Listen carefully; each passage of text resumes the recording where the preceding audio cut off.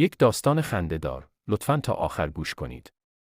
روزی روزگاری از شیطان پرسیدند: ای شیطان سپاسگزار وقات هفتگیات چگونه است؟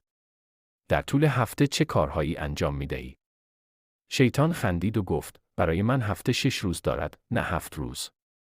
پرسیدند: خب، در این 6 روز چه کارهایی می‌کنی؟ شیطان جواب داد: 1 روز به آمریکا میرم تا تدریس کنم. روز دیگر به انگلیس میروم و همان کار را ادامه میدهم. باز پرسیدند: و 4 روز باقی مانده چه میکنی؟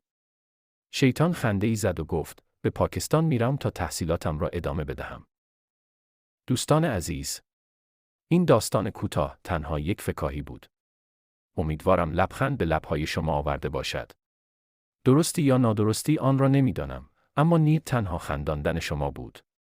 اگر شما هم داستان‌های خنده‌دار یا پندآمیزی دارید، خوشحال می‌شوم برایم بفرستید تا ویدیوهای تازه بسازم و با شما به اشتراک بگذارم.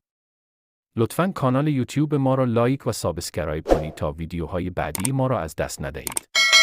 از حمایت همیشگی شما دوستان گرامی، صمیمانه سپاسگزارم.